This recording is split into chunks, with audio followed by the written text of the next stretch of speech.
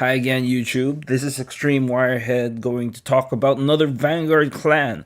The only reason that you'd probably be looking at this video is if you were interested in more about Cardfight Vanguard and the different clans that offers in it. One of the main problems with Vanguard is the fact that since it has such a wide variety of different clans, it's very difficult to figure out exactly what you want without going out, doing your research, or asking friends about which ones they like. In this intro series, I'm going to look at each clan individually, pick out a couple of cards, and try to tell you more about how I like them and how I think you should view them. We're going to explain how they operate by using a couple of cards, in this case 10, to showcase the strengths and weaknesses of the clan and try to give you an idea what you should be thinking about when you're playing them or up against them. In this video, I'm going to look over a new nation. We're going to be looking at the Great Nature. Thematically, the Great Nature is all about anthropomorphic animals who apparently run the greatest university on the planet Krei. And it just so happens that they're all animals with this entire theme of university, of schools, and school supplies. Great Nature is a very technical clan, very difficult to master because of the number of ways that you can play it. And one of the greatest problems with the clan is just because of how math intensive it is. Cardfight Vanguard in general involves a lot of card counting, number crunching inside of your head, and odds checking. But in the case of this clan in particular, it goes to an extremely confusing level with the fact that numbers are usually divisible by 2s or 4s, which confuses the matter of the usual 5k power. Anyway, you're not going to really understand much of what I just said until we get down to the cards. So we're going to first look at, as always, the G4 with the first card, and I think this is kind of a really simple card to start with. It's Immortality Professor Phiniosiax. I have no idea how to pronounce that. You'll have to excuse me because that's just a weird card name. When this unit attacks a Vanguard, choose up to 2 of your rear guards and you may have them get 4k until end of turn. If you do, at the end of the turn, retire those units. This card in general does a very good job of teaching you some of the basics of how Great Nature operates. They operate under a very simple system. Cards like to give other cards power, but since power is such a expensive thing, I would say, you end up with a situation where they need to cost it, but these are essentially costless. So what they instead do is ask you, okay, I'm going to give you a bit of power, just a bit for almost free, except he's dead at the end of the turn. And what you notice is it's kind of expensive, but since you can stack all of these onto the same character, that one retire is worth much, much less to you and much, much more against your opponent. That is where the tricking comes into this clan and how they're going to be operating in the following cards. Now, I wanted to skip over the G4, but since I don't want to keep jumping back and forth, we're going to look at one of the finishers of the clan, Omniscience Dragon, Managmurmur. At least that's what I like to call him. Counterblast 1, choose a face-down card named Omniscience Dragon Magnurmurmur. Turn it face up. If the number of face up in your G zone is 2 or more, choose 2 of your rear guards. Until end of turn, they get 4k, and when this unit attacks, if its power is 20k or greater, including the boost that it's getting from the back row, possibly, until end of that battle, your opponent cannot call grade 1 or greater from hand to the guard circle. Now, interestingly enough, this is an axe skill giving the rear guards the ability to special guarding multiple times in the turn, and in particular, because of the power requirement, you're going to have to play quite a few power plays, eventually probably killing off that unit. What's notable is Magnurmurmur by himself does not actually kill the unit, so it does create really awesome plays. Now, how are you going to get into these majestic numbers, Magnurmurmur numbers, you would say? Well, that's where the rest of the cards that we're going to be looking at come into play, and I think what a better time than now to talk about the G3s, because the G3s are the bosses in general for Great Nature, are really, really nice cards because of how they're going to have to tie in the mechanics of the clan. Famous Professor Big Belly. I always like to start with the Striders because they kind of teach you a lot of how the clan operates in a single card. So his stride skill is during your turn when this unit G strides, counterblast 1, choose 2 of your rear guards until end of turn. They get 4k when an attack hits. An attack by this unit in the same column as that unit hits a Vanguard, if the attacking unit's power is 20k or greater, draw a card. Notice that it doesn't kill and is quite interestingly a draw mechanic. It is very, very functional just because of how interestingly it plays off the other cards in the deck. You're starting to notice a theme. The power boosts need to reach certain thresholds to make stuff happen, and it's quite interesting that these thresholds are set at usually about 20-25k, and you're going to see this repeat, and usually it benefits you by drawing cards, which I think is very thematic considering that the entire clan's purpose is just gaining knowledge. The GB2 skill, which you're almost never going to use, when this unit attacks a Vanguard, choose one of your rear guards, gets 4k. At the end of the turn, draw a card, retire that unit. So, a regular, very basic ability, but since it comes free with attacking the Vanguard, it's actually kind of decent. And drawing an extra card for the kill during your turn, very shadowy and very, very useful, I would say. Big Belly is, in my opinion, a really strong pick and definitely a decent play even now. Just all around a great card. The next G3 that I want to look at is a very, very old card. And he's not playable so much as an interesting card. I'm of course talking about Guardian of Truth Locks. He is the only ride system in the clan where choose a card named Guardian of Truth Locks from your hand, discard it, which is a persona, counterblast 2, choose one of your rear guards, and until the end of that turn, gets 4k and a crit. At the beginning of your end phase, retire that unit. So it's very basic. It's actually not that good, but it does do a very interesting thing where for the low price of killing off your unit, you're going to get 4k and a crit, which could screw around with a lot of numbers and make some very, very awkward plays for your opponent. Technically, you could play this more than once if you actually had multiple of the G3, which maybe not the greatest thing in the world,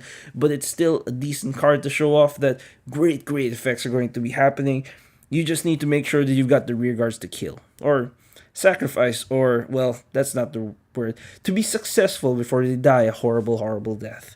If you're seeing a theme here, there's going to be a lot of cute animals dying. I'm sorry. Just, that's how it is. The last card, and this card also does a great job of showing off how Great Nature works and how they operate. School Hunter Leopold. Leopold used to be the ace of the clan, and his limit break quite seriously shows just exactly why. During your end phase, when one of your Great Nature rear guards is put into the drop zone, please note this is multiple times. It can be done as many times as needed. You may pay the cost, which is counterblast 1. If you do, return that to the rear guard, calling it from the drop zone. Essentially, things that die don't really die at the cost of 1 CB, and this means that you can force pushes and great power plays when you want them without losing the advantages that you've gained. They are still in the field and are susceptible to other things along the way, but because you keep repeating this process, it does mean that you can make some amazing power plays and force cards into your hand, force your opponent to guard much harder than they probably would have, while keeping your hand advantage. His other skill, when this unit attacks, choose another rear guard, give it 4k, and at the beginning of your end phase, kill it. So, very basic, very simple, works upon itself using the limit break, and is a very decent pick. There is a reason why this card is so great and used to cost a gigantic sum of money. It's because he does his theme well. He was the ace of Great Nature for a long time, and there's very good reasons as to exactly why. And I think for the most part, he still has a place, and you might see him every now and again, especially with the coming of some new cards. There is a place for this guy, and even for his reversed version. You won't see him as often anymore, but he's a very great example of how a single card can actually define how a clan operates almost in its entirety. Next card we're going to look at, down to the G2.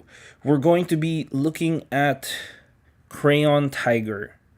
Crayon Tiger is one of those cards where it showed up during the start of the G series and kind of blew the water in the entirety of Great Nature, just because of how powerful the effect is. Of course, it's a GB skill, limiting its use to late a little bit into the mid game. Once per turn, you may counterblast 1 when this unit attacks. If it's boosted, pay the cost, stand another rearguard, gets 4k at the end of the turn, draw a card, and retire that unit. Now, this does mean that, okay, so to maybe jog a little back to how this card operates, if you notice, it is the first time it attacks the Vanguard and the first time it attacks while boosted. This has been abused in a couple of different ways. You can actually play 2 Crayon Tigers, attack to a rearguard unboosted, attack with the second one boosted to the Vanguard, standing the first one, attacking with that second one, with the first one that attacked,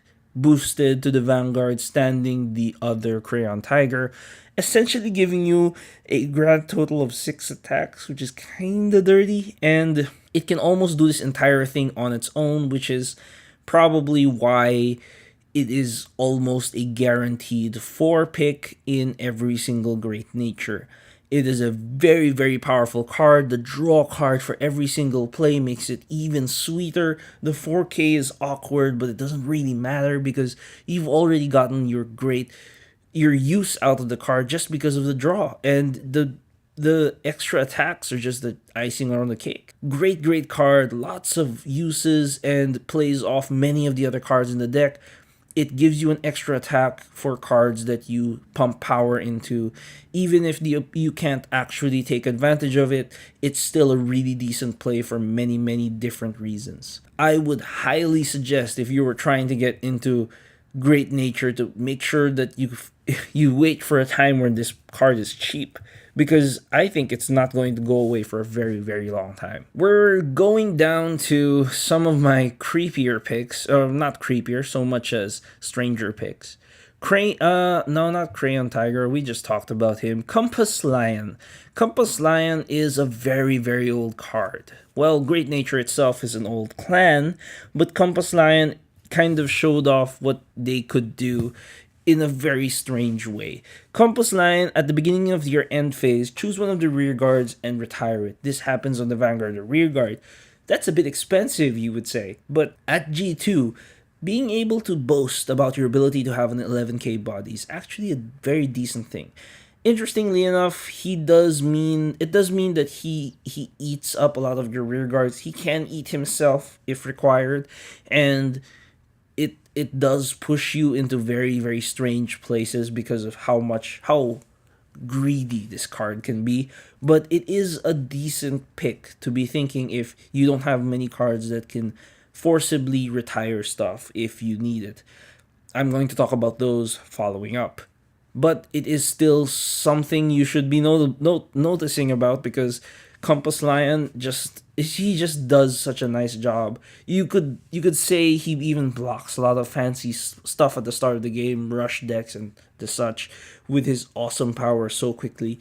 But in general, he's just a decently balanced card that does a great job, and I really like him for that. Okay, down to the G1.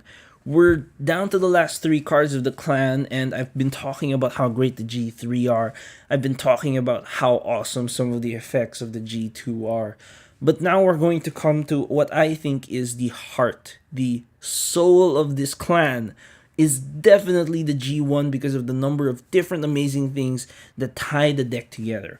Remember, you're going to have to be killing a lot of units. Many of them will be G1 because of how the grade proportions in the regular deck show up. So having lots of sustainability, lots of player interactions within that G1 lineup really does change the way the game plays and makes it very exciting. It's specifically a very interesting spot because of a number of different reasons.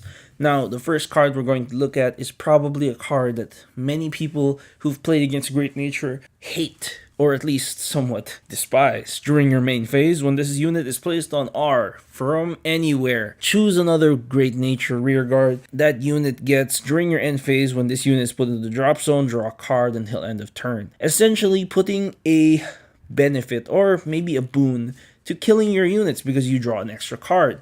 This is spammable. If you've got multiple coiling duck bills, you can actually force a draw off a single card, and this could expound to a lot of cards. One of the great things about playing Great Nature is if you play it right, you can actually draw a substantial amount of your deck without ever hitting a draw trigger. Great card. Maybe a bit awkward because sometimes you never see a single one, but sometimes you see too many and overdraw yourself, so it's not as consistent as I would like, but it's a decent card and it fulfills a very great role. I think that the card could maybe do a bit of balancing work, but otherwise it is very interesting and plays off many different decks. It's a decent pick. Even if you don't know what you're doing, try putting a set in just to feel for the deck. That's what I would say about this card. It is an excellent place to start when you're trying to learn the clan, and it teaches you about the risk reward involved with killing a lot of your own units. Second to the last G1 that I want to talk about is one that is very special to my heart because, partly because it's such a cute card, but otherwise it's just because of how ridiculously useful the wording is. Stamp Sea Otter comes out at 6k, not great, G1, and has probably one of the most interesting skills in the game. If you have a Great Nature Vanguard, this unit cannot be retired by the effect of cards, period. Not opponent's cards, not your cards, any cards. So if a card directly targets it and tries to retire it, or even if it is retired indirectly, it cannot be. Which is a very interesting wording, I think. People can correct me on this, but otherwise it is very difficult to remove. Indirect removal works, some fancy wording on other cards work, but outside of those, almost exclusively, you're going to be looking at a card that will stay on the field almost the entire game for almost every single game. Having a card that can do that is very powerful. Because of the 6k power, it does run into this issue where you're going to have to force a lot of pumps onto itself. But because these pumps are being spammed so hard, you might even draw a lot and it won't even die, so you won't even lose anything. Very powerful, especially in the back row. Does make some amazing plays with some cards that I didn't even mention, like Chat Noir. You can do your own research on that. I love this card because of how tricky it can become with the wording, and it was the basis of one of the greatest loopholes the game came out with, the Chat Noir Stamp Sea Otter combo. It's an interesting card. It does conflict quite terribly with Coiling Duckbill because it requires a death, and you're going to have to watch out. If there's a comma, probably you can use them. If there isn't, you're going to have to be very careful about the wording. Last card we're looking at is Ruler Chameleon. Ruler Chameleon is... I had to add this card. I skipped over the Hamtaro series because there's only somewhat original. Ruler Chameleon is probably the most original one because it fulfills a 0 space that does exactly the same thing. During your end phase, if it dies, counterblast 1, search for another copy of this card, put it into your hand. Shuffle your deck. It does make an interesting claim that you can thin out your deck by the same card that you used. You play around with the effects of things dying at the cost of removing the exact same card from your deck, which is very interesting. It is even more interesting that this is a crit because you're actually hurting yourself a little bit by removing triggers, but it is still a decent choice, especially if you've got no other choice or you really need the guard. Because of that utility, the back and forth play with these thoughts, it is a very interesting card. One that you might even consider putting into your deck. Maybe you'll never use it or you won't use it too much. You could discard it. You could use it as a booster and force a discard upon it so that you can get the extra 10k back into your hand or for whatever other reason. Leopold actually makes this very interesting because for CB2 you keep the card and you get an extra 10k shield, which is a really, really, really great play. So overall, Great Nature is a clan of numbers. It's a clan of playing around with trying to get just enough power to beat your opponent, while forcing their hand and trying to decently size up your hand in defense. It is not a clan that should be taken lightly. Just because you've got a low hand size doesn't mean that they can't pull out tricks to suddenly burst their hand. I would say that it is very, very difficult for a Great Nature to catch up from a 5, maybe 6 card lead, but anything smaller than that is nothing compared to plays with just Crayon Tiger by itself. Her, him, I don't know. The clan is very technical, and the skill of the player comes into the forefront.